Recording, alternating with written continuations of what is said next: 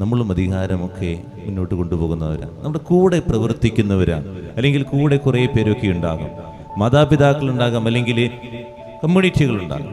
നീ ചിന്തിക്കേണ്ട ഇത്രയേ ഉള്ളൂ, നീ അവർക്ക് വേണ്ടി പ്രാർത്ഥിക്കാറുണ്ടോ? നീ അവർക്ക് വേണ്ടി ഓർക്കാറുണ്ടോ? ഓരോ ബലിയിലും ഞാൻ ഉറങ്ങി ബലിയർപ്പിക്കുന്നുണ്ടെങ്കിൽ, എനിക്ക് പ്രാർത്ഥിക്കാൻ പറ്റുന്നില്ലെങ്കിൽ, മടുപ്പ് തോന്നുന്നുണ്ടെങ്കിൽ ഓർക്കുക, എൻ്റെ കൂടെയുള്ളവർ എനിക്ക് അറിയാൻ പറ്റാത്തത് കൊണ്ടാണ്, അവരുടെ വേദന അറിയാൻ പറ്റാത്തത് കൊണ്ടാണ്, അവരുടെ നൊമ്പരറിയാൻ പറ്റാത്തത് കൊണ്ടാണ് എനിക്ക് മടുപ്പ് തോന്നി പോകുന്നത്. എന്തോരം പേർക്ക് പ്രാർത്ഥിക്കാൻ നമുക്കുള്ളത്. ഞാനീ ബലിയർപ്പിക്കുമ്പോൾ സെൻറ് ജെയിംസ് ഹോസ്പിറ്റൽ, അതുപോലെ ഈ ബലിയർപ്പിക്കുമ്പോൾ യൂട്യൂബിൽ നിരവധി പേര് ബലിയർപ്പിച്ച് പ്രാർത്ഥിക്കുന്നുണ്ട്, അവരുടെയൊക്കെ നിയോഗങ്ങൾ. അപ്പോൾ ഒക്കെ വരുമ്പോൾ ഇങ്ങനെ ബലി തീഷ്ണതയിൽ അർപ്പിക്കേണ്ടി വരും. ഇതുപോലെ നിങ്ങളൊന്ന് ചിന്തിച്ച് നോക്കി, നിങ്ങളായിരിക്കുന്ന കമ്മ്യൂണിറ്റിയിൽ നിങ്ങൾ സമർപ്പിച്ച് പ്രാർത്ഥിക്കേണ്ട ഓരോ ദിവസവും ഒന്ന് പ്രാർത്ഥിച്ചു നോക്കി. ഈ ശതാധിപൻ ആ ഭൃത്യന്റെ നൊമ്പരം അറിഞ്ഞു, അവൻ കീഴിലേക്ക് ഇറങ്ങി വരികയാണ്.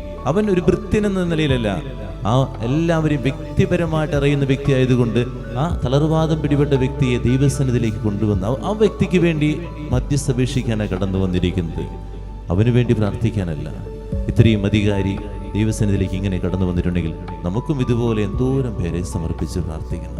എത്രയോ പേരെ ഓർക്കേണ്ടതാണ്, എത്രയോ പേർക്ക് വേണ്ടി കണ്ണുനീരെ ചാലിക്കേണ്ടതാണ്. നമ്മൾ ചിന്തിച്ചു നോക്കാം, അവർക്കൊക്കെ വേണ്ടി നമ്മൾ ദൈവസന്നിധിയിൽ വരാറുണ്ടോ? ദൈവസന്നിധിയിൽ വന്നു കഴിഞ്ഞാൽ നമ്മൾ വെറുതെ നിന്ന് പോകാതെ അവരൊക്കെ ഓർക്കാറുണ്ടോ? പേരെടുത്ത് പ്രാർത്ഥിക്കണം എന്ന് പറയാം, പേരെടുത്ത് അവരുടെ മുഖങ്ങൾ ഇങ്ങനെ സമർപ്പിച്ച് ഇങ്ങനെ പോകണം. എൻ്റെ അപ്പനെ ഓർക്കുക, അപ്പനെ സമർപ്പിക്കുക, അമ്മയെ ഓർക്കുക, അമ്മയെ സമർപ്പിക്കുക, മക്കളെ ഓർക്കുക, മക്കളെ സമർപ്പിക്കുക, കൂടെയുള്ള സിസ്റ്റേഴ്സിനെ അവരെ ഓർക്കുക. ഇപ്പോൾ ദൈവവിളി സ്വീകരിക്കാമെന്ന ആ മക്കളുണ്ടെങ്കിൽ, ആ അവരുടെ ആനിമേറ്റേഴ്സ് ഉണ്ടെങ്കിൽ അവരെ ഓർത്ത് സമർപ്പിച്ച് ഇങ്ങനെ പ്രാർത്ഥിച്ചു നോക്കി. അപ്പോഴൊക്കെയാ കൃപ നിറയുള്ളൂ, കൂടുതൽ ബന്ധം ഉണ്ടാകുള്ളൂ.